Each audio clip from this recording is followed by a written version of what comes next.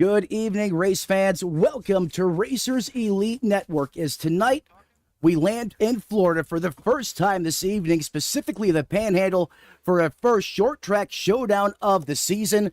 Want to welcome all of you. Thank you, however you get this content, onto your phones or those Android devices or however you welcome us each and every night into your living room as we get set for all the high-octane, high-flying racing action right here on Racers Elite Network.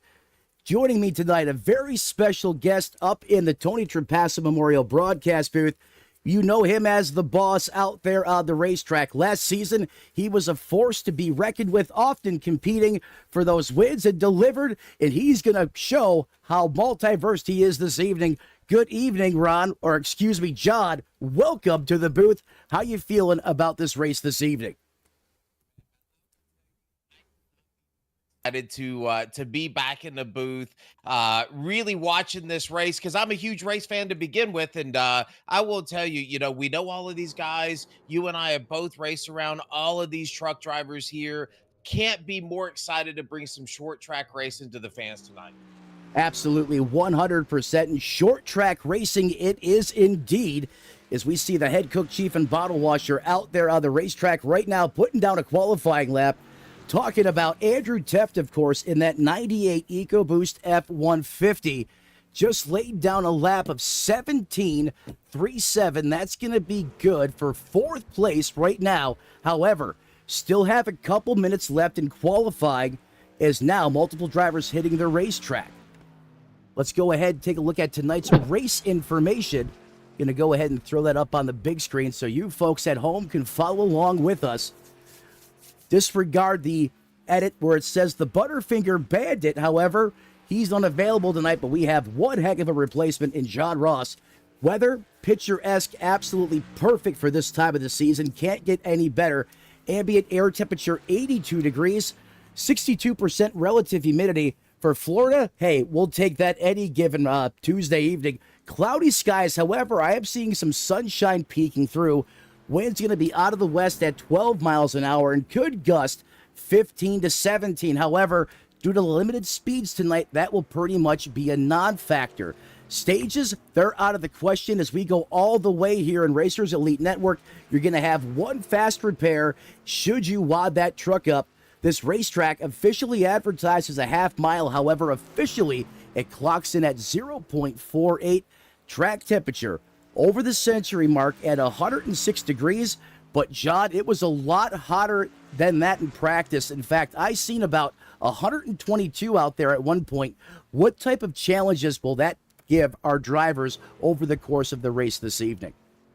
It's going to be a little tricky in these trucks because you're going to have to pay attention to the right front there in the apex of the turns, both in 1 and 2 and 3 and 4. But it is going to be loose and put a lot of pressure on that right rear on the exit of these turns too. So I think those drivers that are really sensitive on the throttle on exit, really paying attention to what happens there in the apex of the turns, are going to be your faster trucks on the longer runs. And you're going to see some drivers like Truth Hoke and some Cody Bonelli. Riley Frost has had a fantastic practice and qualifying run right now. You're going to see a lot of those guys push hard in the beginning, but your Andrew Teffs and some of those other drivers, Curtis Eckers, that like to save tires, Brandon Honeycutt, you really got to watch for them later on if this thing goes green for a long time, as they take care of that right rear. You know, that's a great point. I think it's going to be one of the storylines of this race. Should it go lean, mean, and green? However, Brandon Honeycutt out on the racetrack right now. He's having a little bit of a rough go here in qualifying. Looks like he's out there trying to qualify on the drift competition side of things, as he really had a great angle and good smoke rolling there through turns 3 and 4. Currently, he's being scored in that 12th place position right now, as we have about 50 seconds left in qualifying. In fact, there he goes again. I think he's just out there having some fun, Ron.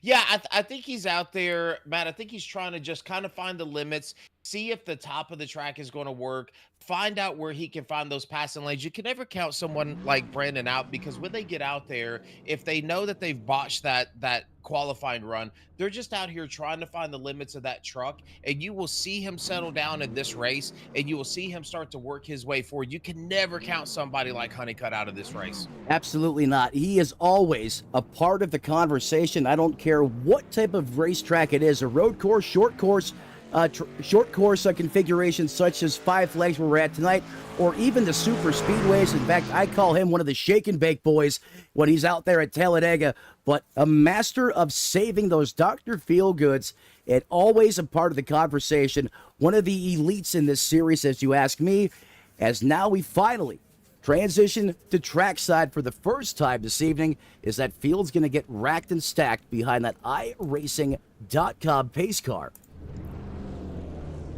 John going to have a great looking field here tonight. Looks to be about 27 trucks strong. A driver you and I spoke about here before we went live, Riley Frost, is going to have the pole. I know you're expecting a lot of good things from him this evening. I feel like this place, type of racetrack where he'll excel. But before we get through all that, we got to go ahead and take a look at tonight's starting lineup. Is that field now set behind that iRacing.com pace car? The 96, as I just said a moment ago, is going to have the pole outside of him. Cody Benelli in that 19 machine. He's going to start outside row number 1. Row number 2 is going to be Gumet in the 68, and outside, starting P4, going to be Blair Holman. Running out your top 5, Sean Dunaway in the 05 ride. In 6th, your HMFIC, Andrew the Teft version out of Hope Valley, Rhode Island. 7th belongs to Robert Yost. Great to see him back in competition in that TRD-powered machine. Well, outside of him, Curtis Ecker is going to round out your top 8. Russ Martin, the junior version, in 9th out of the state of Pennsylvania. Truth Hope, long time man, loves this racetrack from Hickory, North Carolina. Somebody's supposed to say, let's not win it in turn 1. To be a potent force out there to begin with, or to deal with tonight, while Brandon Zimmerman's going to start in that 11th place position. Brandon Honeycutt is going to roll off here 12th. The Nitrous Cowboy, Troy Thomas, going to start a little further, deeper in the field in that 13th place position, while a 77 of Alex Gates going to roll off here 14th. Brandon Sanfilippo is going to round out your top 15, while Tef, the Alex version, in another Toyota, great looking scheme on his truck tonight, going to roll off 16th. Yeah, and then the Allen Experience, John, he's going to start there in the 00 in 17th. Pretty big crowd here. Christopher Pendle in the 94, going to roll off 18th. Well, the 86 of Kyle Hess is going to take the initial green flag from that 19th place position. Terry Fennell, Philip Archibald, that's going to be your top 21. And John Ashby going to roll off here 22nd. And in the rear with the gear, can he go from the back all the way to the front in the Tide Rod? Barry Nelson, John, as his field now begins to roll for the first time tonight. I will tell you, I am really excited about this one, Matt, because, you know, if you think about it, too, you know, last year, as we wound down the truck series, you know, we started to dwindle a little bit in numbers. Tonight, you know, well over 20 stacked up on this short track. We've got one fast repair. We've got all the fuel that we need in these trucks. Man, I cannot be more excited to see these guys play with the throttle on these trucks, drive these things, and see what these tires are going to do on these long runs. Man, I cannot wait for tonight. Strap grandma in. Hope she's got plenty of kernel-free popcorn as it's about to get rowdy here in the Panhandle. That pace truck pulls off. Here he goes. Here we go. Waiting on the green flag. It is in the air. Hard on the loud pedal, and those glorious V8s come roaring to life for the first time this evening. And already, Riley Frost shot out of a cannon on that restart job. Yeah, you got to be really careful. If you're Riley, you really want to play that game. You're about 3 to 4 truck lengths already out in front. You want to make sure that you're maximizing your gap, all the while taking care of that right front on this truck and that right rear on the exit. So he's got a lot to think about as he gets a fantastic jump out on the rest of this field. In fact, he continues to increase the real estate, now officially over 1 second between the 96 That second place position looks a lot different. The man out of Portland has that 19 of Cody Bernelli all over him in the Ford. He is looking hard here in the early going. And in fact, we may have a three-way battle here for that spot inside the top three. In fact, multiple trucks now under siege here inside the top five. Great battle here for P number 2, John. Well, there's one thing that we know for sure, and that is Cody Bernelli, that 19 truck. He is going to let this thing hang out. We saw this last year in the Xfinity Series at the Nashville Fairgrounds on a short track where Cody is not afraid to turn that truck sideways to get this thing around this track. But you've also got another driver in Season 5 champion there in the 32 truck that is now starting to put some pressure on this 68. And caution flag out on the racetrack. Sorry to cut you off there, John. However, this is going to be the first one for incident this evening. Thanks for letting me room there, Russ. As we hear Teft keying up on the radio, he may have been involved in that one. Is this field now going to come to slow down to a snail's pace? Passes on the outside might be viable. Let's go ahead and take a look here at the instant replay. Almost 3 wide here. Usually this isn't good. Dave Regal would call this the diamond formation. Let's go ahead and roll playback, see what transpired out there on the racing surface. Oh, almost looks like net code there, the way the 196 reacted. And then he goes off the racing surface, brings it back up into the preferred lane, and then gives it a little too much ghost pepper sauce and goes flow rider mode right round. Not the start he was looking for, however. Catastrophe avoided for a lot of these other drivers is, John, as you know, not a lot of real estate to work with here width-wise, and those escape routes can clog up quickly.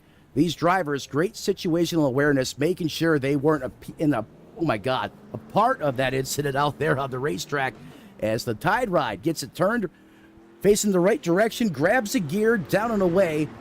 Minimal damage. He should be okay, at least as it looks right now. Yeah, and I think what he has to do, Matt, is just kind of calm down just a little bit. You got a little left front damage. It's not a big deal, especially at this short track. Come in, let's get that thing repaired or start chewing away at that damage anyway. Get some fresh tires. You know there's going to be more cautions where you can get the wave around. So nothing really harmed here. And I think really the question is going to be now for the rest of the guys, what do I do? Do I come in now? Am I going to get some fuel? And it looks like everybody else is just going to stack up and get ready to go green. Yeah, I think track position here is going to be a big part of the equation as well. I mean, with as hot as this racetrack is and as heavy as that right front tire gets used and abused, I mean, as a driver, I want to put 4 fresh tires on it every time I can. However, those crew chiefs know better sometimes as here we go once again, 2x2, side by side, Noah's Ark situation, and another great restart there by the 96 as he shoots free once again. And I think the 68 truck there in Evan really, I think he realized on that first stint, he's got to get some track position. He was able to get a great jump as it looks like that bottom line on those restarts are really able to get the advantage. And you've got the first and the third place truck coming out 1 and 2 here. So bottom line, the more dominant line, I think Evan knows he's got to get out here and start fighting for track position early. Absolutely, as we jump on board with the 68 right now, who John was referring to just moments ago. You can see just how quickly things happen here at Five Flag Speedway. Right now, those tires are on the fresher side of things. You can see him. Sends it down to the corner on the binders. He's going to pretty much put it right on that white line. A little bit of banking here on this racetrack, not much. However, right now the preferred lane seems to be right around the bottom, ripping conveyor belt style. But John, as these tires begin to transition to Dr. Feel Bad's, we should see this place widen out a little bit as it also puts down or takes rubber. Yeah, and I think one of the things that I really like to see here on this 68 is 196 in the wall again, up on the top side, is I like to see that 68 really dominating the turn like he's doing early on. That's going to save that right front, believe it or not, and start to give him better drive off as these trucks are going to start to push on the exit where they're going to have to put more left-hand wheel in it to get that truck to come off of the turn if they're really hugging that white line. So really liking the line there. Cody Bernelli putting a lot of pressure on that 68 truck. Absolutely is. And in fact, Cody has been aggressive here in these first 16 laps now of the scheduled 140. He has been on the attack. And the other part of that is, too, it's early enough in this race where you can kind of find what the thresholds are, what the tolerance are with the tires, with the track, where you have time to recover. And what better way to know in the future of this race when it gets down to it, the important times, 10, 15 laps to go, to know what that limit is. Perhaps that could be why the 19's also pushing it here in the early going, just to find out just how far he can go before that right front starts to give up on him. And here he goes again, back on the attack, and he is all over the bumper of that EcoBoost F-150, really dialing up the excitometer inside the cockpit of that 68, John. Yeah, I feel like the 19 and Cody is looking into that outside. You can really see the run that he's getting off of these turns. If he can get that truck to rotate right in the center, he's able to drive really hard off and get a great run on the 68. But I believe over time, that 68 truck and those tires staying down at the bottom are going to start to pay dividends, as I will tell you, as we have another caution coming out. I believe it will pay dividends as well. And we'll cut back to that in a moment here as we have our second caution on the evening. Going to slow things down once again as we are watching a hot and heavy battle here inside the top three. However, that pace truck's going to have other plans.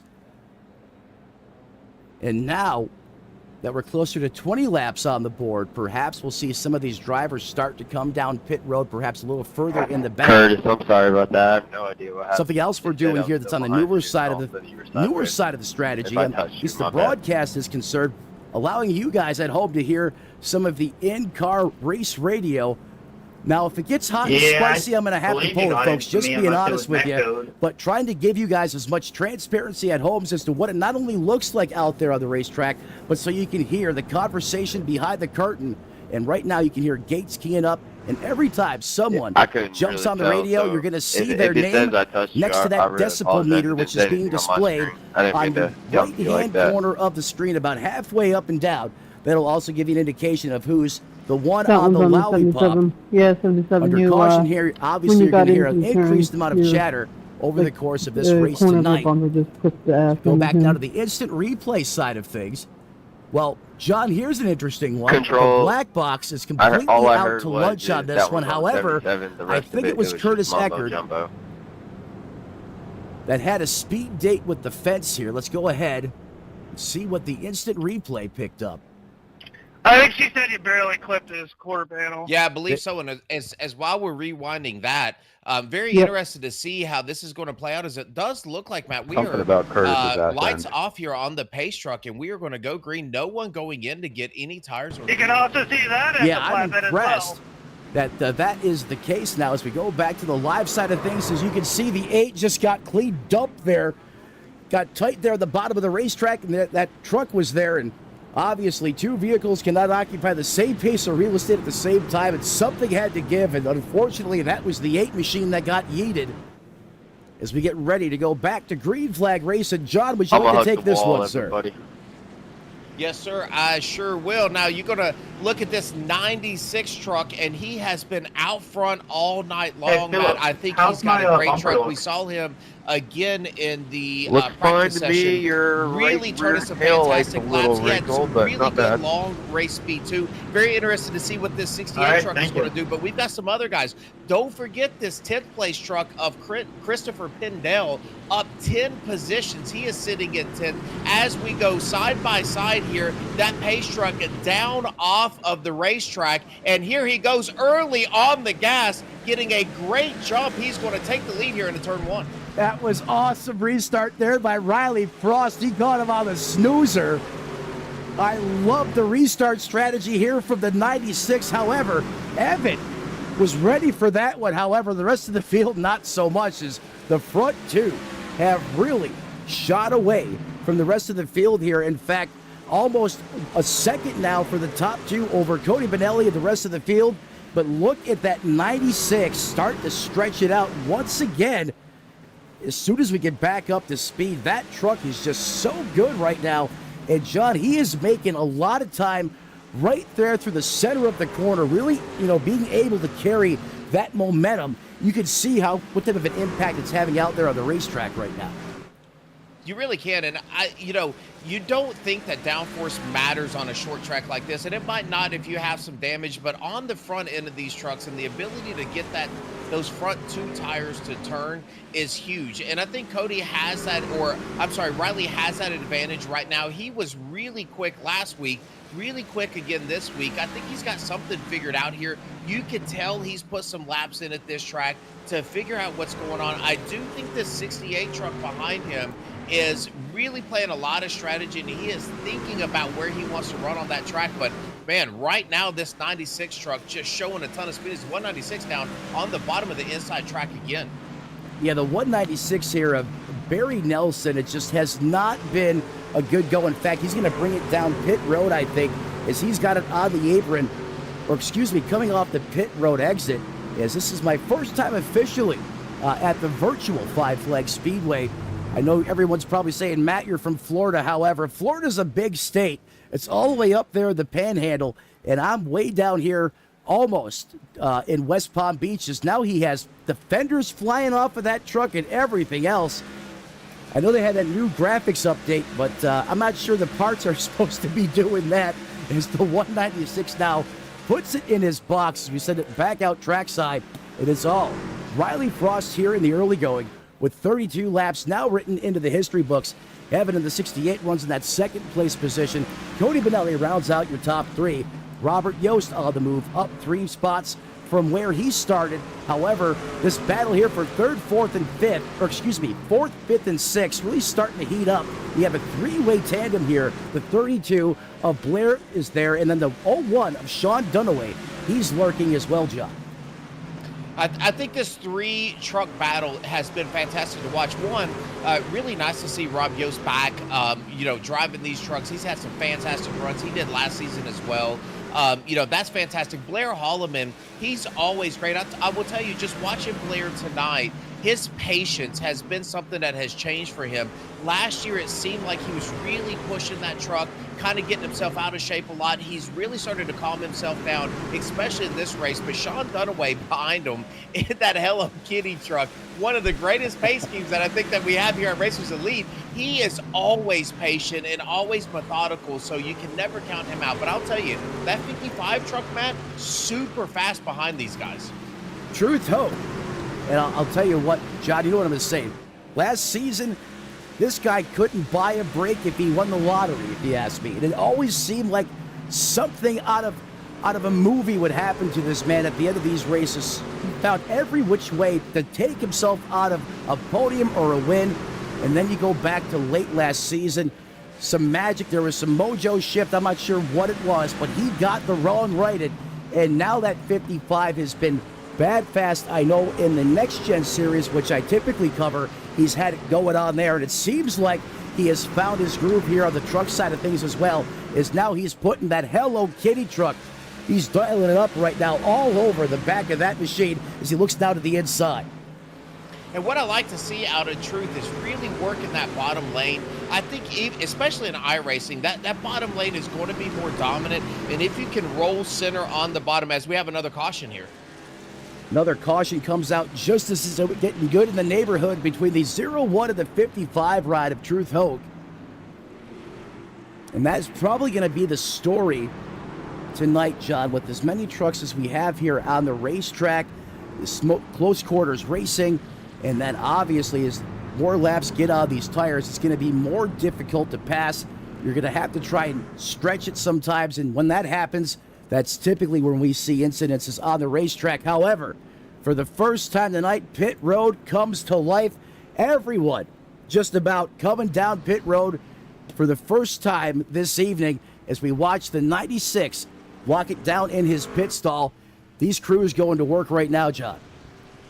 Interesting to see Cody stay out. So I would like to think about what the strategy is here for Cody, because everybody did come down. It looked like the 196 spinning by himself again. I believe he is probably 1 or 2 cautions away here, Matt, from parking that thing. But like to see what Cody is thinking. I know Alex came in a little bit earlier down pit road. So your two leaders are going to That be one's those on that the have stayed 96. out. That's So your very interesting second to see what these incident, tires are so going you'll to be do. getting a black flag. Absolutely. brought through. And again, I'm not the greatest short track racer. I don't have a lot of seat time on racetracks like this, but I would think with as many laps as they've had on these tires, a couple heat cycles as well, it's probably going to be a little dicey for these drivers. I understand Can I get a track black position's flag big, removed for but there's exiting so closed many things pit? you have to worry about now. Not only the fresh tires behind you, certainly those drivers know that you're out there, so that's going to obviously dial up, all the road, all the reason why they're going to want to pass you. But the other thing is getting grip on this restart. Do not spin the tires. That has to be It's saying that you don't point have a number black one on my inside end. the and cockpit it's not of this letting me race clear truck, because nothing. if you do, you have the potential to Okay, it's wad telling up me to drop to the everyone end of the behind longest you line, so as we get whatever. ready to go back to the green flag side of things. Yeah, I agree with you. And they're probably testing that out. And hopefully the Cody Benelli, the 19, is going to test that out here before we go green, just to make sure he's in the right gear and he is not going to spin those tires. But watch out for this 43 truck, too, as it looks like we're going to take a green. Cody Benelli is going to start a little bit early. The 43 with a fantastic jump there on the outside. Tef did a great job there on the high side of the racetrack in that Tony Depot inspired machine. Almost 2x2, side by side, little drag racing John Force style. How about these old tires right now here coming off of that restart? I didn't think this was possible, John.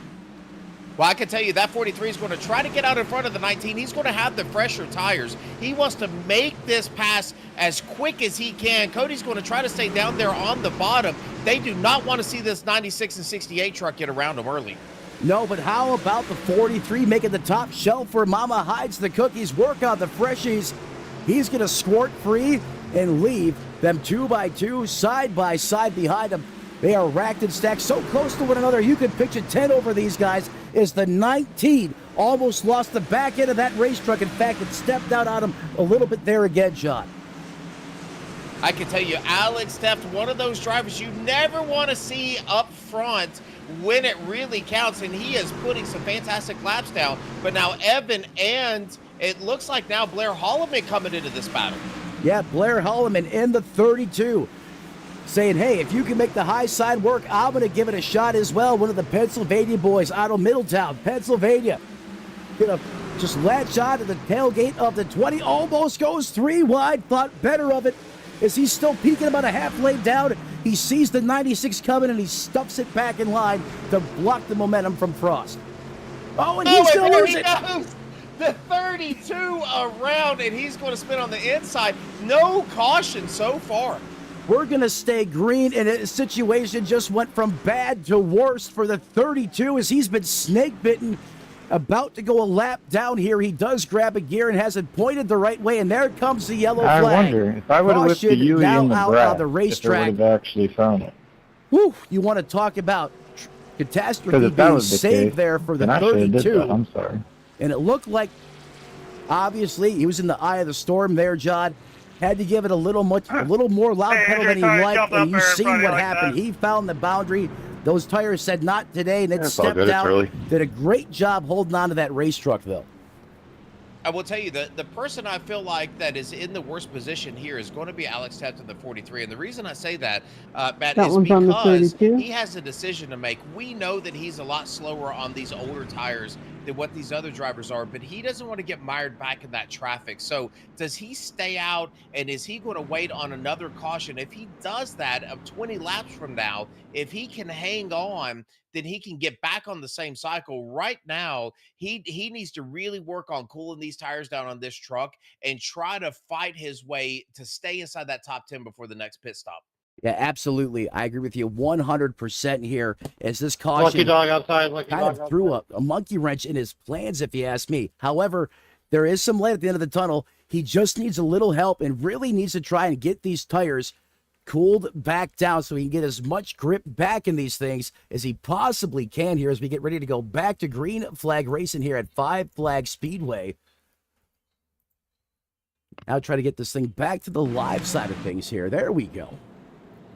Yeah, Alan is going to get your lucky dog. So he is third place in the points. So he's got a lot to fight for here, Matt. But, I think one of the things that I would like to see is we know the 96 has been fast. This is the first time he's been in traffic too. So it's going to be very interesting to see out there. I believe Evan was playing the long game.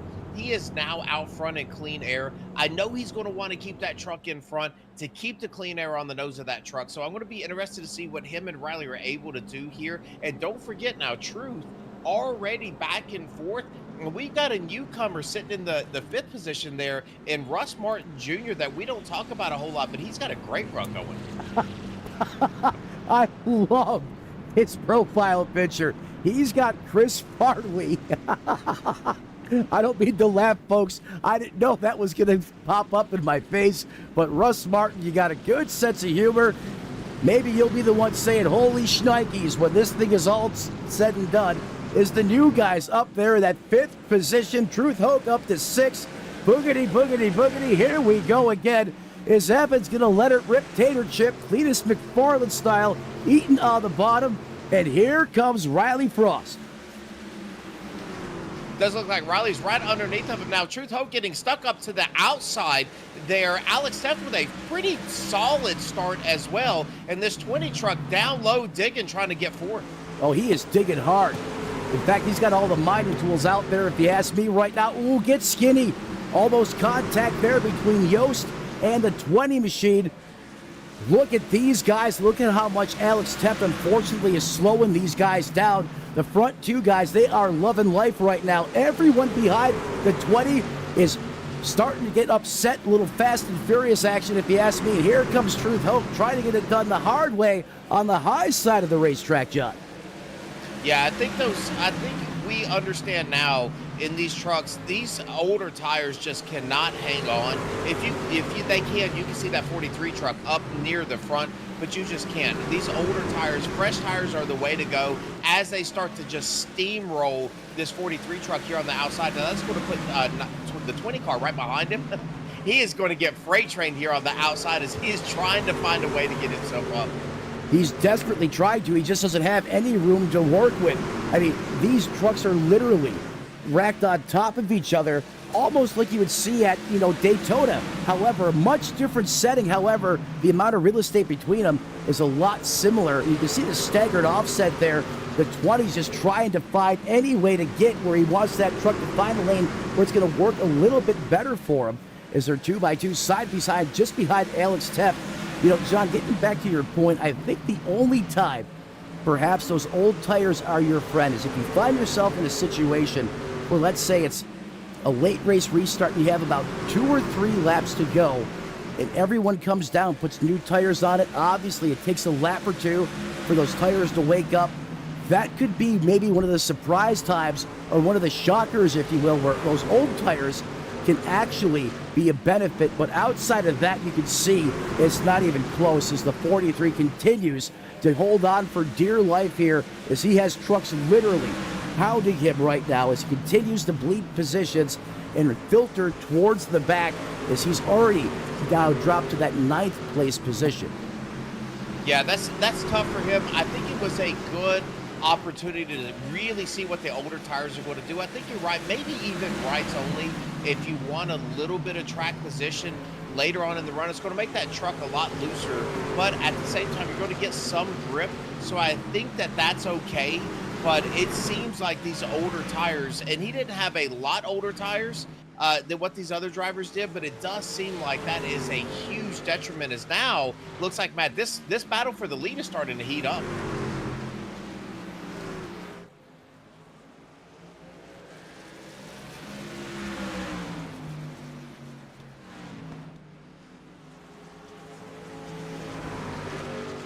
That 68 truck really getting his way around. I do believe that he is focused on just nailing his spots, but this 96 has shown a ton of speed. He's going to get loose off of 4, showing a ton of speed all the way throughout this race. I do believe that is the truck that is on a mission tonight, so we will see what happens, but it does look like right now Evan under fire from Riley.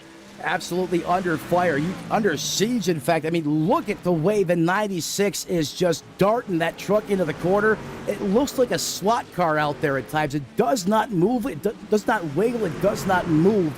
You can see the 68 is trying to do everything he can to keep that 96 machine behind him. However, you can see just right now how these two guys are actually doing a great job. The 96, I think, has picked it up a little bit. He has over the past couple laps.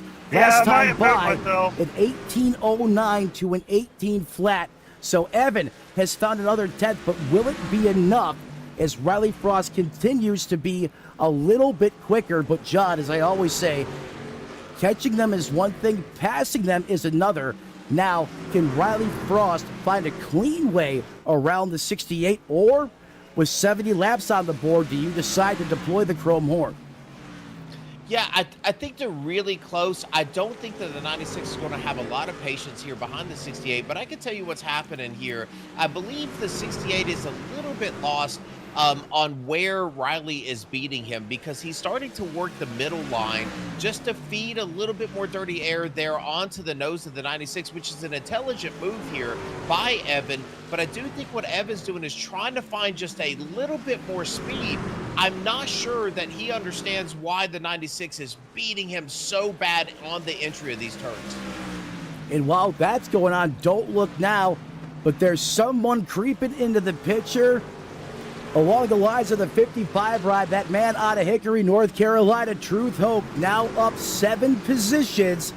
He may have other plans as these two trucks are getting caught up, battling themselves and not paying attention to that telemetry and who's coming behind. That 55 is actually faster than both trucks here at the point, as Evan and Riley continue to have a dogfight between the two of them here. One driver out of Portland, Connecticut. Brandon, I'm going to go Northeast is working really good right now. However, Riley Frost out of New Brunswick. So two guys from the Northeast going at it right now. The 96 may look upstairs here, John. I thought he was going to peek outside here for the first time, but now he's going to try to undercut him. What a move by the 96. Can he make it stick going into one? Oh, he's got that line, and now the 68 is going to battle back just a little bit, going to hang on that right rear quarter. But I don't believe this is going to happen here, Matt. He is going to take this pretty easy as the 96 back in front. I got to tell you. Oh, and now he's going to get loose on the exit of 4. That's going to bring Evan back onto the outside of him. This all is bringing Truth Hope. The 55, don't look now. Sean Dunaway coming behind him. This is fixing to be a battle, as now we see a car slowed on the inside of the track. Slow to the inside of the track, and for the first time tonight, the 96 is human.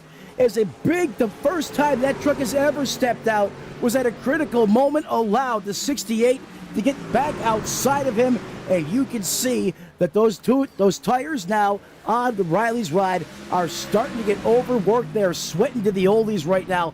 Rear grip is struggling. However, the 55 ride of Truth Hope, man, he is salivating right now like at a fresh T-bone steak, as he now has Evan in his sights, starting to find a way around that EcoBoost F-160 as Riley Frost starts to pull away just a little bit. Truth Hope really now on the back end of the 68. It looks like the 68 has started to struggle on the exit. He started to take that middle line. I believe that has really started to cause a pushing condition here, where he's starting to push out in the center. That's giving Truth Hope a lot more turn on the exit. I do believe this is a matter of time before the 55 gets underneath of him. Now Truth has got to look at this leader, Riley, starting to get out in front of him, and now the battle is going to be on here for second. World War II, trench warfare styles were on board with Truth Hope. The 55 ride just inside of him. The 68 lurks. He's going to get a great run through the center that time, as it's still not settled as he hangs now door to door. They are dead even through the turns 3 and 4 complex. They're going to drag race again down the straightaway here in front of all the fans in the stands. I'm going to have to widen this camera back out. They're still at it. This is incredible stuff. No one's going to lift. Who's going to give? Truth Hope's going to keep it to the high side of the racetrack here. He's going to try to give it all the mustard he can, and he's going to clear off the corner. What a power move from Truth Hope. Oh, my goodness. 2nd through 6th position here, Matt. Fighting out here on the track. Sean Dunaway on the outside. Andrew Teft underneath of him. I do believe Sean has started to move up because he is going to work the outside of the 68. Andrew trying to take advantage of that. Now Christopher Pendell into the fight. Pendel here in the fight as well, and I think what we're seeing now, comers and goers, which drivers took care of their stuff and who abused them, and I think that's a byproduct of this great battle, or the reason why we're seeing this great battle out here on the racetrack. Andrew Teff now on the move. He's come to life, up 2 positions from where he started. Sean Dunaway, Christopher Pendle, not up 4, not 10, but 14 positions. I see you, Christopher Pendle. He's in the thick of it as well as he now starts to apply pressure to that whole Hello Kitty ride. As you said, one of the greatest looking trucks out there in the competition. However, he might be working on a hairball as that 94 continues to apply the pressure. Don't look now. This driver that we coined as one of those short track comers, the 98 and Andrew Teft underneath of the 68. Evan continuing to fall back. Sean Dunaway is going to try to steamroll him now. As you can tell, Truth Hope starting to turn a couple of tenths a lap faster than your leader. So Truth Hope coming on. Andrew Teft coming on. Sean Dunaway looking to make it 3 wide. Sean Dunaway, he thought about it. He thought better of it. I think if we were at maybe at lap 130, we would have seen that move, and we still could. This race is far from over. I mean, this is a battle. This is hot and heavy right here. This is why you buy the tickets. This is why you want to come here in person. I mean, you got 10 battles out here on the racetrack. This looks like something out of an air show, if you ask me. However, we're on the pavement as these guys are duking it out right now. Chevrolet on Ford. In that 01 and 94, oh, we got problems. The 8 is up against the wall. I don't know how those guys got through there, especially the 2 on the outside. That had to be a game of inches. Is the 8, Curtis Ecker, parks at tailgate first against the fence. And that caution is going to come out again. And quite frankly, give the broadcast booth a chance to breathe. That was some intense battle in there, John. My goodness, when the tires get a little wear in them, you see, like you said, those comers and goers, you started to see really who was saving those tires. I will tell you, Truth Hope, that 98 machine is pretty quick. I don't know if they have anything for this 96. He has been so impressive all night long as every one of these drivers is going to come down, fill these tanks up, get 4 new tires, get back out there, and they're going to go at it again. Absolutely. I mean, everyone, the whole house came down pit road. Andrew Teff, Truth Hope, Troy Thomas in the 3 machine, Christopher Pendle, Sean Dunaway, Sam Filippo, Robert Yost Jr. And the list goes on. Alex Gates, Cody Benelli, Alex Teff, Andrew Teff, Alan Bergen, who's now just leaving pit road. No, we don't. In that double zero. Only if Fly Racing gives it to you. John, getting back to your point about Riley Frost in the 96 machine, that man is on a laser around this racetrack, especially when he has some fresh Goodyear Eagles. I think the only weak spot he may have is over the course of a long run after a hard-fought battle, which we did see there with the 68. That was allowing the 55 of Truth Hope to slowly chip into his lead. However, we may not see another trend or another run like that throughout the course of this race. Hurry to go to the if I was Riley Frost, I wouldn't change a thing. I would keep doing exactly what I'm doing because we have yet to see any other competition to have an answer for. As that field now gets re-racked behind that iRacing.com pace truck. I want to thank all of you for tuning in to Racers Elite Network. Want to make sure you get all of our updated or all of our latest content here. We'll get back to that as green flag action in the air. Under yellow, and then 96 Riley Frost takes off like a Nissan GTR with 1,000 horsepower and all-wheel drive. The get up and go, the whole shot on that truck is just mean. It's not even fair. Is Andrew Teff now is going to muscle his way around the 68 machine for that 3rd place position. Teff now up to 2nd. Truth Hope continues to run there in 4th.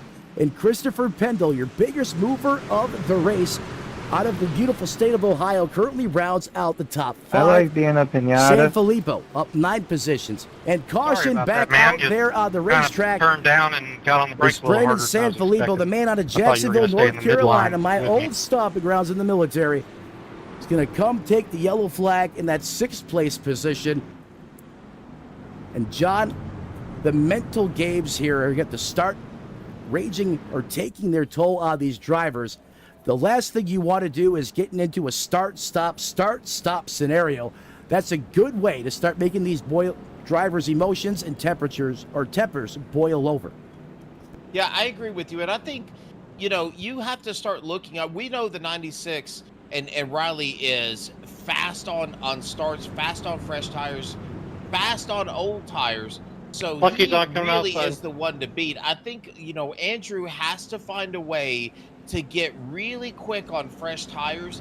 And I think that's one's probably on what he's 19? talking to his team about, is it looks like he might be either faking, he's going to fake pit road. But, Hands down. some of these drivers have to find a way to get to fire off quick. Pretty spend sure the if you hit first somebody 10 in a laps of these crosswalk, you're runs, still hitting a really pedestrian. put pressure on that 96 to either one, Come on get by him me. burn tires up, or make Go ahead that and give me the pass flag. and start to put him in dirty air. Because I will tell you, that white 96 truck, that is the Love truck you, to Cody. beat tonight. That is the White Knight out there, if I I've was ever just teasing seen one. anyway. That is, I definitely that ran into him. Silverado is FAST fast. That EcoBoost, however, behind him. Andrew Teff doing a great job I didn't run into him of John so doing hard. something you said early in the race. Part of your Don't keys worry, to success, receipts and are that is printed. being patient. Andrew Teff, a driver, in my opinion, that he's better than his record shows, and I think any of the series he competes And now in, I got a lot of work he to is do. overdue for a win, and I think it's on the horizon as he's going to restart here just outside. The 96 here going to officially restart here second in the 98 machine. Let's see if Teft has anything for this restart powerhouse of Riley Frost on the bottom. Then you're going to have Truth Hoke in that fourth place position. Christopher Pendle, San Filippo Dunaway, Kyle Hess, and Robert Yost Jr. round out the top 10 as that green flag goes back into the air once again here from Five Flag Speedway, John. Man, and what a fantastic restart already for the 96. Evan is going to get a great start as well. Man, I will tell you that this white 96 truck is on a mission. Andrew's going to fall back into third, as now they're going to start jockeying here for position for third, fourth, and fifth. Jockeying for positions they are. However, they're single file at the moment right now. However, that is not for long, as here comes the 55 ride of Truth Hope. He's going to throw it to the outside of the racetrack. John Bon Jovi style, living on a prayer. He says, that didn't work. I'm going to bring it back down to the bottom. As they're 2x2, side by side behind him. Hello, Shitty, or, oh my, Kitty. John, take it for a minute, please. Yeah, absolutely. And now we have another caution coming out. And we are going to rack these things up and stack them again. Only 36 laps to go as we come through to this caution. So now as we think about it, we're going to go green, 33, 32 laps to go. I do believe we have seen the last pit stop. There is no one inside of the top 10, I believe, that would take the opportunity to get down pit road and get some fresh tires. Don't believe there's enough time to work your way back up to the front, as now you look at this 96 car really with a fantastic, not only a qualifying run, Yes, but sir. a great run throughout this system. And it looks like one's now on the the 68 and 65? Evan has done a lot of thinking. He really has went behind this 96 and found a way to find some speed. As now you can see, we are getting a lap back to Russ Martin Jr. that was in the top 5 a little bit earlier on. But I do believe he has started to learn some things as he stayed a little bit tighter there, Matt, on that 96 on that restart. But don't count out Christopher Pendle has been working his way up, now up 16 positions from where he qualified. I'll tell you what, that man is coming through the field like a driver on a mission, can I get and that that's black exactly safety what he half has time? done. I mean, he started the next county over, and here he is inside the top 5. That is impressive. Gut from the Christopher Pendle, who has been on the move all race long. You know, and getting to your point, what you were saying about the 68, the best thing you can do sometimes is just ride behind somebody and figure out what they're doing that you're not.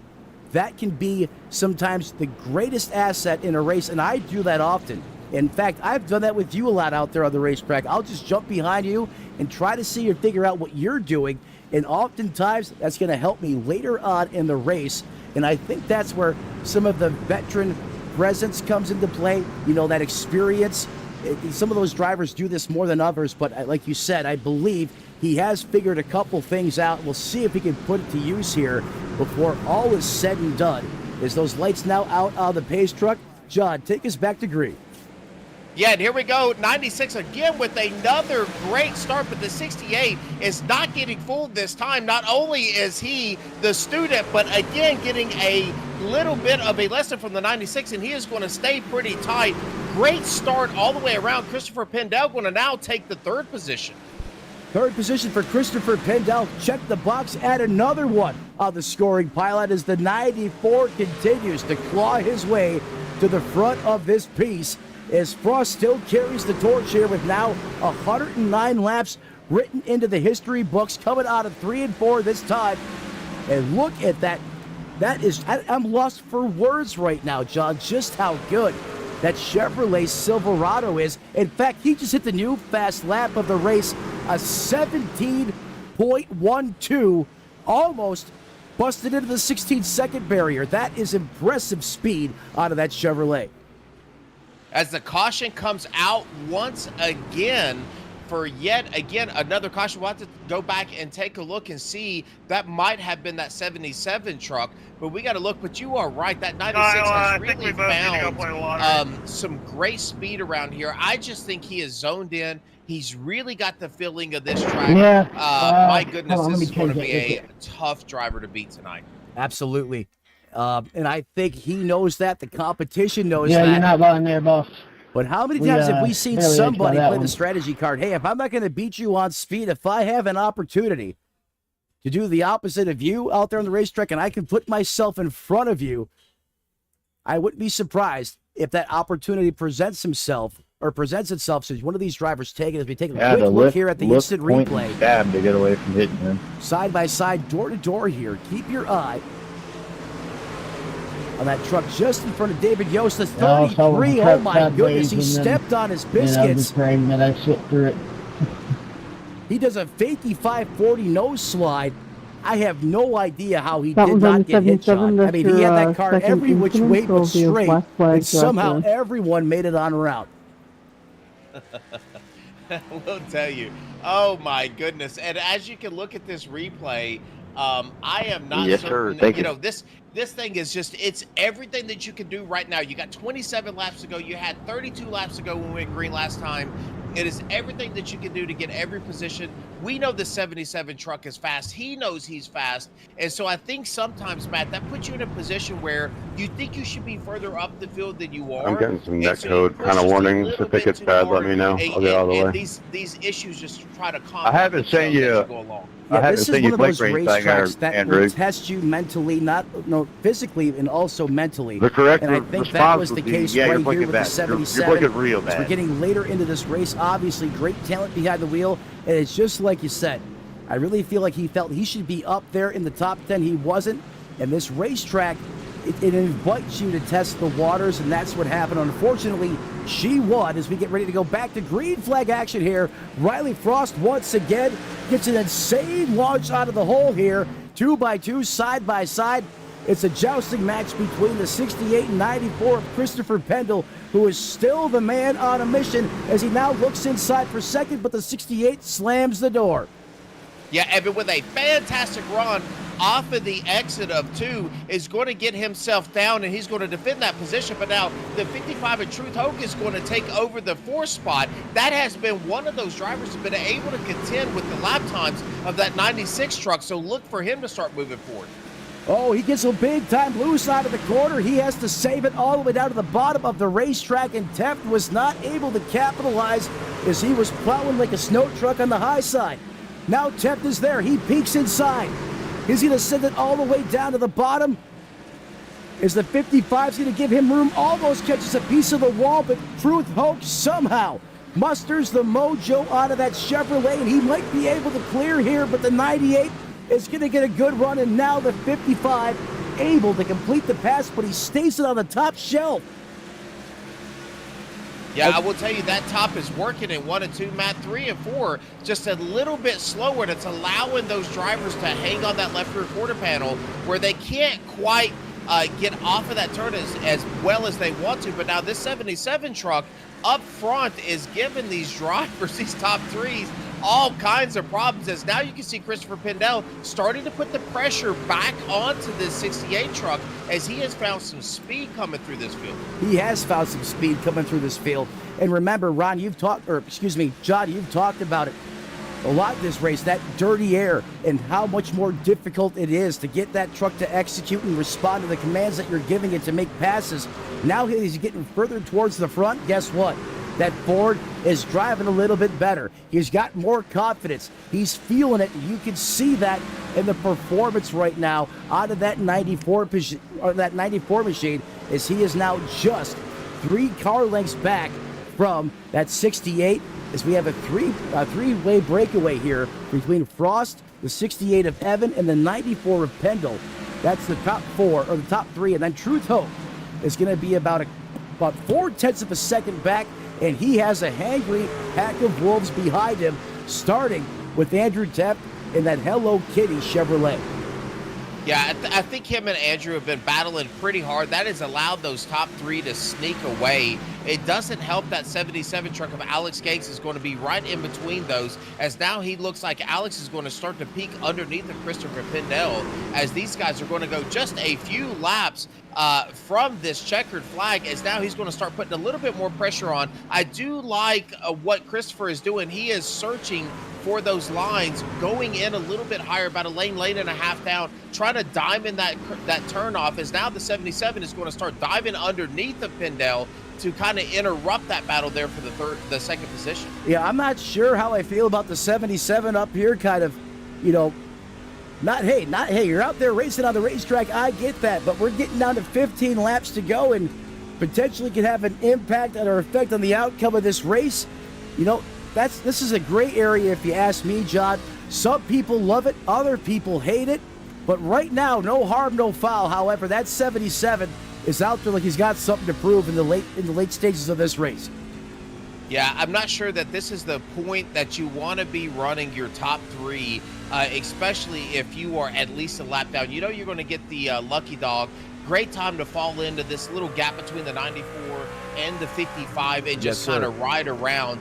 But because you can see 68 trying to work his way up to the 96. He's not going to be able to do that. The 77 is going to be on the outside of him now with those fresh tires. But the 96 has just really been the class of the field, Matt. I don't know if really, it doesn't really matter. That 77, no matter where he's at, this 96 has just been on a rail tonight. He has been a step above the rest. And it almost looks like he has all-wheel drive in this machine, almost like one of those custom Chevrolet 454 SS's. I mean, it doesn't even look fair at times. That's how good Riley Frost has been. Even if you look at the lap times, I mean, the last time by, he ran a 17:55. However, as those lap times updates, but that prior lap, he was more than 2/10 quicker than anyone else out there on the racetrack. That lap, Evan was a little bit quicker. However, caution's going to come back out on the racetrack. And guess who is madder than a Keebler elf that got the motor to Fudge Packer? That 96, because all of that real estate that he had gained is gone. And now we're going to have to restart this race with everyone hot on his heels. But John, would you want it any other way? This is what we come to see at a short track like Five Flag Speedway. We want to see everyone working a mere inches off each other, going for broke, coming to the checkered flag.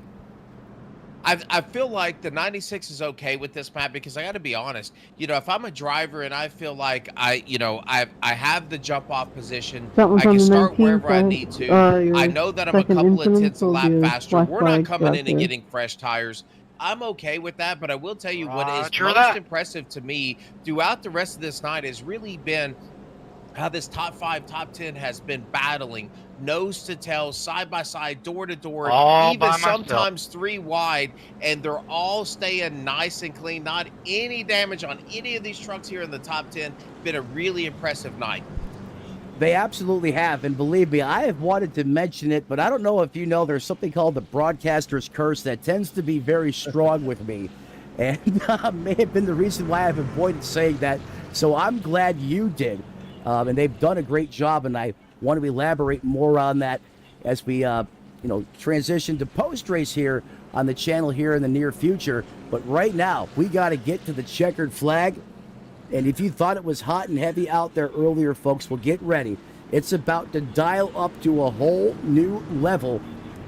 John, getting back to what you were saying about the 96 of Riley Frost, I agree with you. However, I've seen too many times in these races where the one time it doesn't go your way is the one time that it's critical that it doesn't, and you end up on the outside looking in. Does the 96 of Riley Frost have one more epic restart left in him? Green flag back in the air, and he's going to do it again. Because I got a black flag to serve As here. he's able to shoot out in front, and here comes Christopher Pendle challenging for that second place position on the inside, 2x2 side-by-side, John. That's exactly what you want to see if you're that 96 truck, is these two fighting for that second position. Christopher Pendle had a great start. It does look like Evan able to get down in front of him now, but this 96 just a couple of truck lengths ahead. Now coming to about 4 laps to go, he is set sail as the 68 truck trying to catch him. Trying to catch him, but he's running out of times as we are now just 4 laps remaining in this one. Is the 96 of Riley Frost getting away like the bandit that just robbed the blank blind? Going to clear that 19 machine who was up there in the early going. Did not the way this race he wanted to go for him.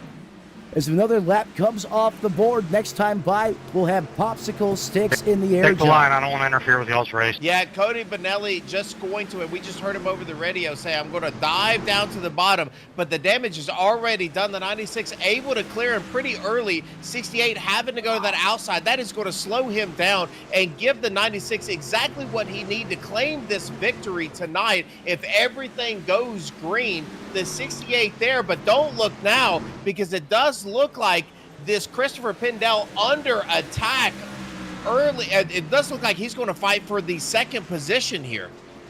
He's going to fight for the second place position, but the white flag is in the air. Final lap being written into the history books now. Riley Frost to the bottom of the racetrack for the final time. He's going to come off of turn number 4. He's going to wave to the fans, step the back of that Silverado out, and nobody circles the wagons at Five Flag Speedway like Riley Frost as he ices the competition.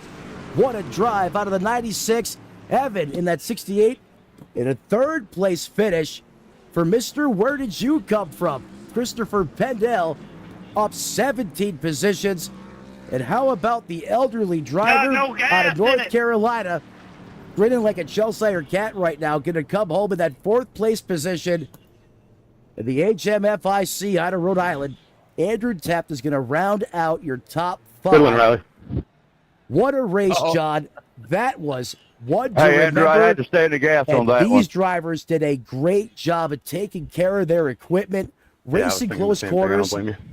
I didn't think it was going to be that good, to be quite honest with you, but these guys impressed the heck out of me tonight. Oh my goodness. Thanks, And Andrew. if you can go back and Go. just take a look There, at man. what happened here, with Truth Hoke, good race. nailing down that 4th position, but they were 3 wide What'd you say there, coming Steve? to You broke up the there for a second, buddy. start-finish line. They At absolutely the were. end of this, that was All right, Alex Troy, crack Teff, open the cold one. Andrew Teff, Sean Dunaway, 3 wide coming I know, out right? of 4. That was such a fantastic battle there toward the end. Nothing to take away from the 96 truck with a fantastic finish, but my goodness, what a ending to this short track race tonight, with about 5 or 6 trucks just mired in a pack there to the end, trying to get every position they can. We've went old school VHS mode and wound this back a little bit to take a look at this absolute blockbuster. 3 wide, looking like a Blue Angels into the corner. Andrew tapped in 55. They bumped, they touched the 55, and everyone wrecks after the start-finish line. And for the first time, they plug up all of the escape routes, and multiple missiles coming into there as well. But John, you were right. That was absolutely impressive racing from those drivers around that 5th place position is Riley Frost is going to get the much-deserved win here tonight as we now transition to post-race coverage here on Racers Elite Network. John, I want to thank you again for you joining me up here in the booth. That was a pleasant surprise and quite frankly, had a lot of fun. Hopefully you and I get to do it again. But before we say our goodbyes, we get to interview a couple of these drivers. Let's do it. I'm ready. Well, you heard him, folks. John's ready to rock and roll, so let's go ahead and get these driver interviews underway. Again, your race winner, Riley Frost. Obviously, we're going to be hearing from him. Christopher Pendel, also your biggest mover of the race. And why not? We're going to start with him. Joining us now in the Tony Trapassa Memorial broadcast booth, not only the biggest mover of the race, also finishes third. Christopher, how about that run for you, my friend? It seemed like you could navigate through that traffic better than anybody. How were you able to get that truck to do what you wanted it to do in all of that dirty air and make your way towards the front? Well, I just try to choose and pick my battles when I could, just set up the passes as best I could. I noticed a lot of guys were getting loose off exit here, and I was just trying to use that as my advantage. I probably ran the outside a lot more than most people did too. I'm sure. It took me a minute to figure out how to run this track, and once I figured it out, I was able to maintain pace with the leaders there. I mean, I really didn't want all them caution flags. I think that last little green flag run we had. I was watching my relative, and I started catching the leaders, and I really was hoping for a green all the way, and I think I'd had something for him on not even tires, but I'll take third place, man. That's pretty awesome for my debut here in the truck series. I just figured it out a little bit too late, and I didn't need to, and all these cautions flags flew, and I was just doing my best to get a good finish there, and third place as it is. Hey, third place is a heck of a performance, and I know sometimes we're always our worst critic, but out there in practice, I tried to get that high lane to work, and I'll be honest with you, after 5-6 laps up there, I blew that right front off the truck. However, did not seem to be the case for you. How are you able to make such great speed and save that Dr. Feelgood up there while you're on the attack? That was impressive. Yeah, I appreciate it. I was actually lifting a little bit earlier. I'm sure a lot of guys were hitting the rev limiter, getting into the corners and getting on the brakes real hard. I was actually kind of rolling it up the top, then tapping the brakes, and it kind of helped me turn to the bottom, kind of like diamond in the corners. I kind of learned that this track to me feels a lot like USA International. So that's how I run there too. I kind of just dime in the corners and enter high, and it kind of worked out for me. So I couldn't pass on the bottom. I did a few cars, but that was the way I was able to save tires too. My on the long run there, my truck, it would just turn, and all I did was barely baby the brakes in the corners, and I got a real good runoff. I'd only spun the rear tires a couple times, and that's only because I was trying to push it there. But man, that was fun. Not bad for my first time at this place in the trucks. You've heard that a lot from me, ain't you? I've heard that a lot. Hey, you know what? That just means you're pumped up. You're vibing right now. I don't care how many times you say it. You know why? Because it's 100% accurate. This is a tough group of guys to go out there and mix it up with. And for you to come from the rear with the gears starting the next county over and triumph all the way to third, that is something to hang your hat on. John, do you have anything for our third place finisher? I'm going to go ahead and turn it over to you. Yeah, Christopher. First of all, congratulations coming from 17 positions behind third place, starting 20th, coming up to third. But and you and I have talked several times, even in DMs. I was very interested. It looked like about the second or third caution to the end, it looked like you were coming in about middle and a half of the lane, and you were trying to diamond that down. Was that intentional to get clean air onto the front end of that truck and diamond that turn? Or is that just where you felt like you were gaining more speed on Evan in front of you? I think that's where I was gaining more speed. I actually think I gave him a couple breaks because he cut me off a couple times, and I didn't want to wreck him, so I kind of cut him some slack. But that was my plan. That's where I made speed, is where I run the middle and then diamond to the bottom. And as soon as I got to the bottom, I just kind of played with the throttle and was able to exit without spinning the rear tires and got so much speed. I think there early in the race, I was behind Andrew and Truth, and I think I was having the same thing too. I noticed it pretty early that when I started doing that, because I tried running the bottom the first portion of the race, and then it just wasn't working. And then I'm gonna try diamond this thing and try to treat it like I said earlier, USA. And it worked out for me. I was able to diamond it, get a good run off the corner and get beside somebody. And then, trying to run the bottom and get and pass people was hard for me to do. But just staying entering on the bottom, it was hard because you have to get so much out of the throttle, and then you have to turn the wheel, as hard as you can to the left and get on the brakes a little harder so you don't slide in front of the guy on the, on your outside. But me, I was able to run that middle lane like you said, and just let the truck coast. And then once I tapped the brakes a little bit in the middle of the corner, the truck just kind of turned itself once I hit the brakes. And as soon as I hit the brakes, I was able to get back on throttle and just exit off the truck with like a straight drive off. And it was just, it felt so much better.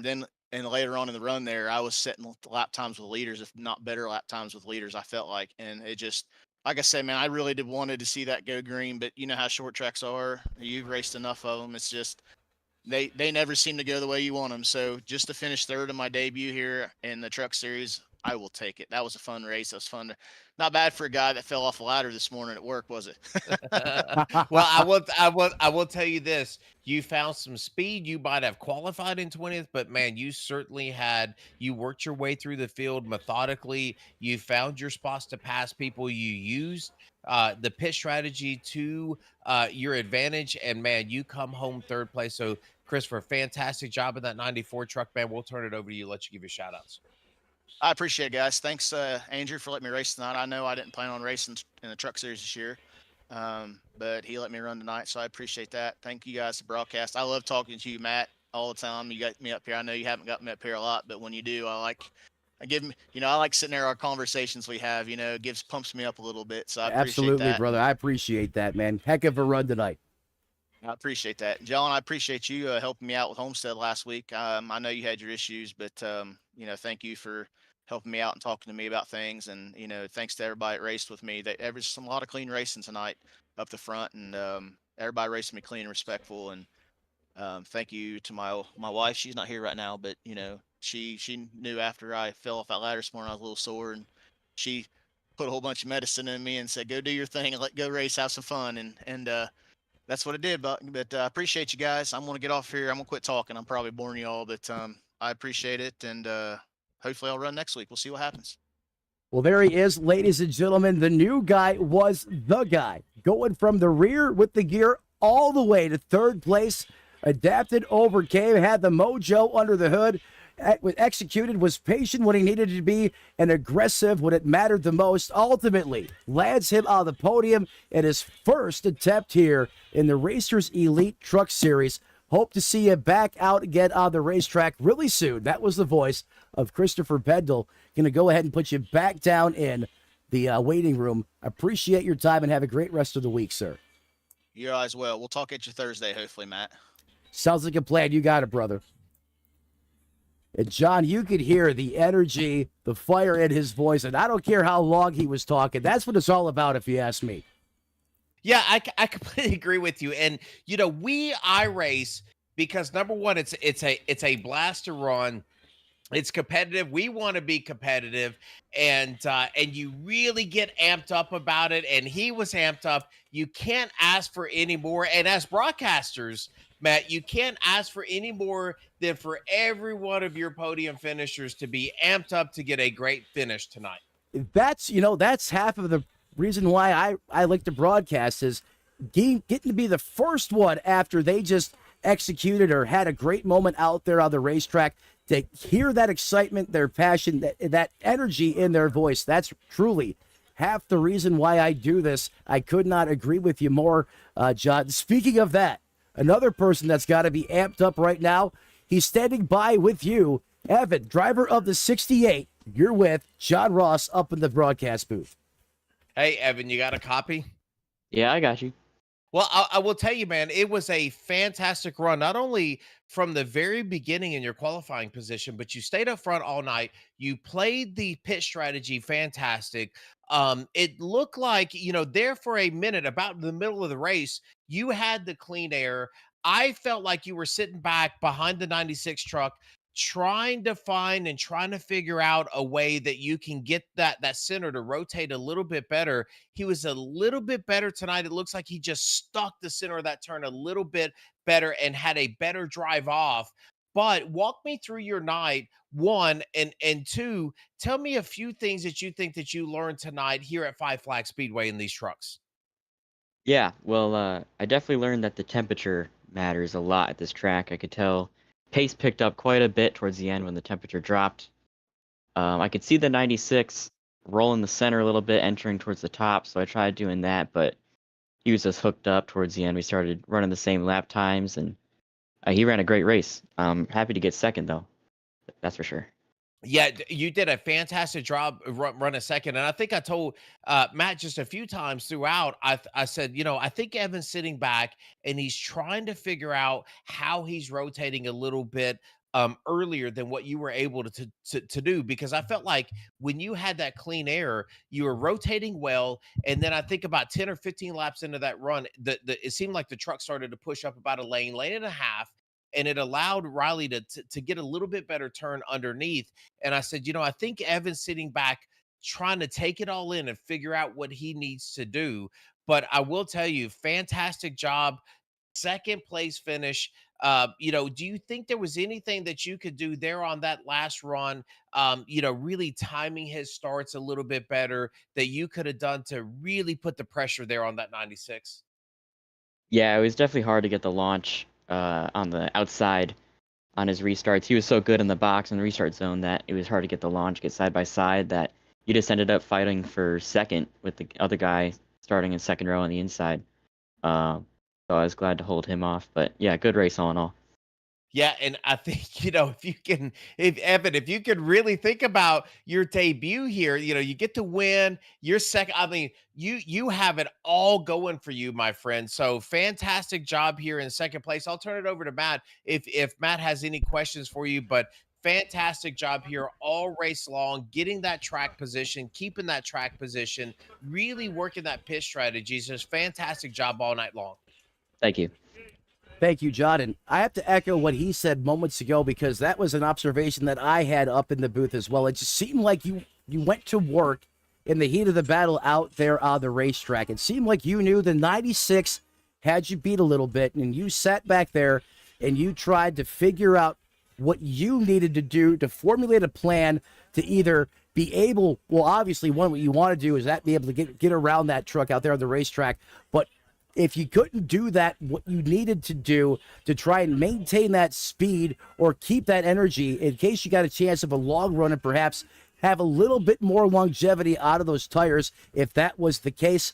I feel like we were getting to that point of the race, and then the caution started to fly a little heavily, and I know that kind of sidelined that strategy if that was the case, but I really admired the way that you sat back in the heat of it and tried to figure out what you could do to be better, and not only see it and figure it out, but also apply it out there on the racetrack as those lap times steadily gotten better over the course of this race. And then getting down to the end of this race, do you think you could have done anything different? I'm going to ask you probably a similar question that John just did. Do you think you could have did anything different, or do you firmly feel the best truck won this race tonight? No, the best truck definitely won this race. He was hooked up all night. Maybe one more caution. I might have thrown it into the pits just for new tires, seeing who I could have drug with me there. But towards the end, I was just starting to burn the rears off the truck, and his tires were getting hot. I was doing the best I could, but no, the 96 was hooked up all night. So he certainly walked away with second place. I'm happy about that. Hey, he certainly was hooked up, and so were you out there on the racetrack. And, those rear tires, once they went away, it really made that truck a handful to hang on to. And I was watching you do a little drifting out there near the end. You were fun to watch. You were fired up out there on the racetrack. And there he is, ladies and gentlemen, your second place finisher. Great interview. I appreciate your time and your just your openness up here in the booth and your excellent feedback. And that's how you get it done out there on the racetrack. Ladies and gentlemen, that is short track racing. There we go. At its finest from the 68 as he comes home with a phenomenal second place finish. You have an excellent evening, and we'll see you again really soon, sir. Thank you. You guys are doing a great job up here. Note to self, don't try to jump 3 steps further than where you at, or otherwise it'll come back and slap you in the face live on the air. As we're 2 down, 1 to go. And that leaves John, our race winner. And I think everyone has agreed thus far that he was the man with the plan. The driver on a mission tonight had the fastest vehicle out there throughout the course of this race. Let's go ahead and bring in Riley Frost, driver of the 96. You got Matt and John up in the Tony Trapazza Memorial broadcast booth. You got a copy, boss? I do. I got you. Well, hey, Matt, first and foremost, how do you learn to pull off restarts like that? That was, I mean, everything you did tonight was insane. But the thing that stuck out to me the most, I mean, how do you make a 2-wheel drive truck look like it's a 1,000 horsepower Nissan Skyline GTR with 1,000 horsepower? That was incredible. Well, it sure did feel like it had 1,000 horsepower. I was getting worried there on them later restarts not to spin the tires off it, but she jumped good, and I knew that was a big advantage. So I tried to keep that truck up front. That was a huge advantage, and I'll be honest with you. You know, my luck goes like this. Let's say I'm able to execute those restarts 50% as well as you did, and I was getting the job done. My luck would be on the last one. The one I would need it the most is when something freak would happen. My foot would slip off the clutch, the tires wouldn't bite, and I would get left in the dust. However, not the case for you. You were just tried and true. Talk to me about your restart strategy here. Were you just trying to change it up and keep these guys guessing, or did you have a specific pattern the way you were attacking it all night tonight? No, I was making them guess 100%. I had to. I knew that was probably the key to winning that race was them restarts. Yeah. That was impressive. I mean, that was boss moves out there on those restarts. And now let's obviously shift away from those restarts. I mean, your truck did not seem to wiggle. It didn't seem to bobble until the very end of that race. How were you able to keep that thing just laser locked to whichever line that you chose to run? That was extremely impressive. How are you able to get that type of performance out of that Silverado? Well, definitely not overdrive it, and I was keeping them rear tires cool as much as I could because it is very loose coming out of them corners. It certainly was, and it seemed like as the race went on and the track temps came down, the speeds really started to pick up out there on the racetrack. Did you notice any type of handling changes with your truck, or was it just as good at the end of this race, when you started it? Or did you notice any type of differences? Did you have to change anything over the course of the run? I was trying not to, but if them tires wore out anymore, I think I was going to have to move up a bit higher. It just felt more comfortable up there, but I tried to keep the same line because it was working good the whole race. So, hey, if it ain't broke, don't fix it. And that certainly couldn't be further from the truth, as your car was on a mission from the drop of the green flag. As we're watching now back on the replay, burning the house down. I'm going to turn it over now to John Ross. Anything for our race winner, Riley Frost. I will tell you, Riley, it was super impressive tonight. I felt like, even in the practice, we saw that you had a really quick truck, but I would think that, your quick run and your fire off speed, which I consider fire off speed, the 10 to 15 laps really quick. And then it seemed like even when Evan was able to get some clean air, you were able to run him down there before that caution came out too. So you had both the short run speed and you had the long run speed. I guess the first question I would have for you is how many laps and how much time did you put in here to being able to nail this track here with the trucks? well, a good half an hour before the race, I assume. Half an hour. Okay. Well, listen, you make the rest of us look bad if it's only a half an hour, but man, it seemed like to me, you played the pit strategy well.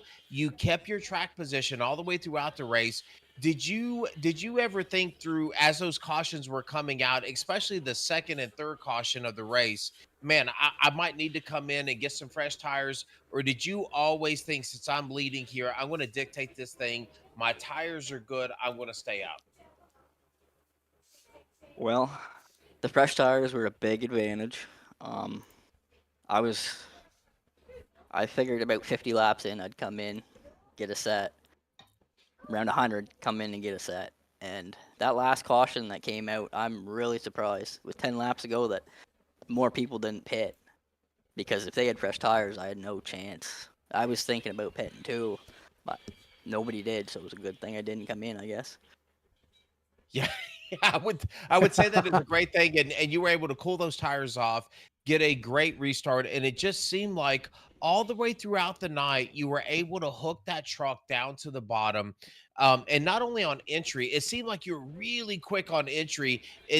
Even off of that when Evan was out in front, you were able to drive it in a truck and a half length on him on entry and able to get that truck to rotate. Just a fantastic job tonight. You really had this track figured out in this truck, man. Congratulations on a dominant. I would consider this to be a very dominant win here to put every other truck driver here on notice.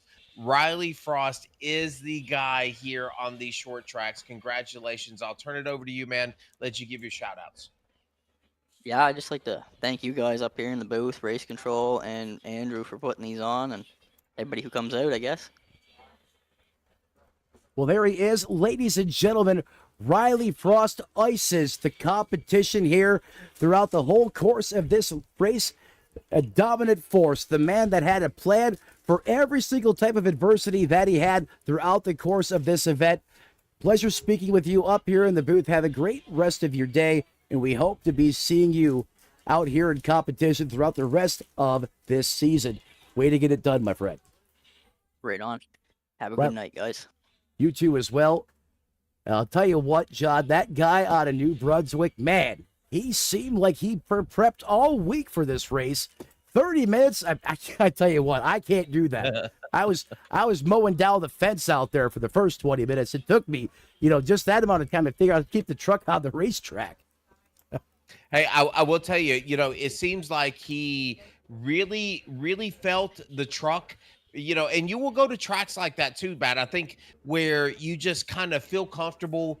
I think Riley felt comfortable here. He felt comfortable in traffic. He was able to run well in traffic. Even when the dirty air was on the nose of that truck, he was able to run clean out. So really dominant performance. I think Evan did a great job. Christopher Pendel did a great job coming through the field. So a lot of great stories tonight, a lot of great racing. But I will tell you the one thing that I noticed, we are 2 races into this truck series, Matt. And man, what a fantastic league to be a part of here at Racers Elite, where you can have 20 plus drivers take a short track like this and just run side by side as long as they did. Well said. And this all is because of, the efforts of the admins, everyone that helps out behind the scenes. And got to thank first and foremost Andrew Tepp for all the hard work and dedication that he puts into everything Racers Elite related.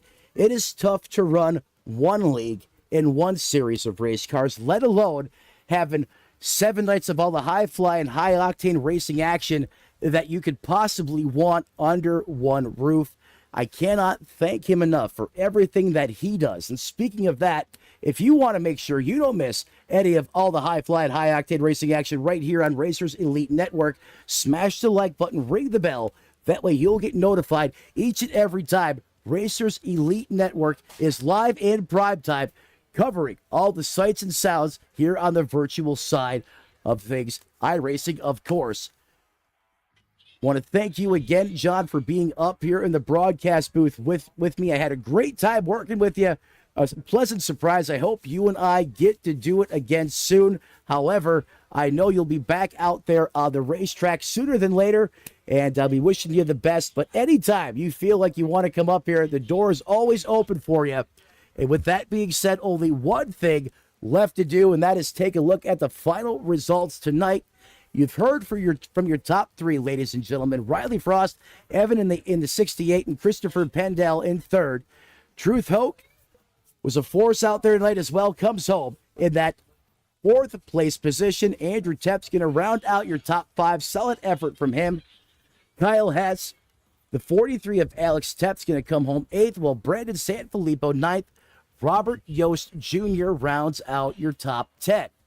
12th is Brandon Zimmerman in the 65 ride from Misfits Racing. The Nitrous Cowboy, Troy Thomas. He's going to come home in that 13th place position.